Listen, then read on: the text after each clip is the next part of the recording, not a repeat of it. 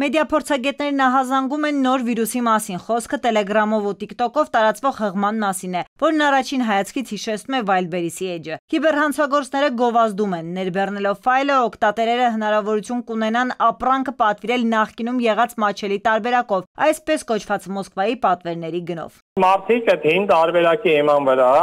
ստեղծել են ծրագիր, ներբեռնում է հեռախոսի մեջ, դա արվում է հենց ֆայլով, այսինքն մարքեթում այդ ծրագիրը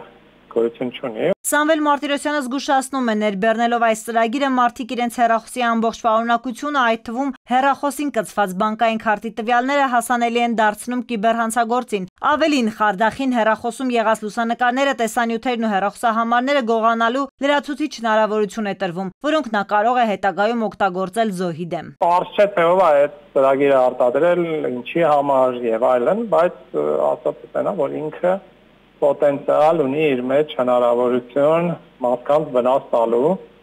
դրանից որ հեռախոսի տվյալներ գողանա, վերջացած նրանի, որ բանկային քարտի տվյալները վերցնի ու բնականաբար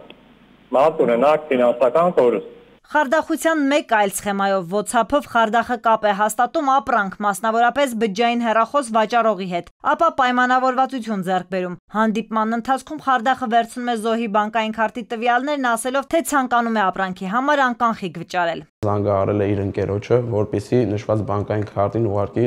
գումարը եւ խնդրել է, որպեսզի անդորագրի նկարը ուղարկի նրան ապացույց ունենալու նպատակով։ Հաշված րոպեներ անց անդորագրի նկարը ստանալուց հետո Կարենը ցույց է տալիս նկարատուժած քաղաքացուն, վերցնելով բջջային հեռախոսը հեռանում։ Զոհը գումարն այդպես էլ չստանալով հասկացել է, որ անդորագիրը կեղծ է, ոստիկանությունից հայտնում են դեպքը եզակի չէ։ Նախաձեռնվել են արդեն քրեական մի քանի վարույթներ։ Իրավապահները չեն բացառում, որ նման խարդախություններից կարող են տուժել այլ քաղաքացիներ եւս, ուստի հորդորում են առավել ուշադիր լինել, համոզվել, որ անկանխիկ վճարած գումարը նստել է հաշվին, հետո նոր միայն գնորդին փոխանցել վաճառվող ապրանքը։ Տաթևիկ Աբրահամյան, ժամը լրատվական։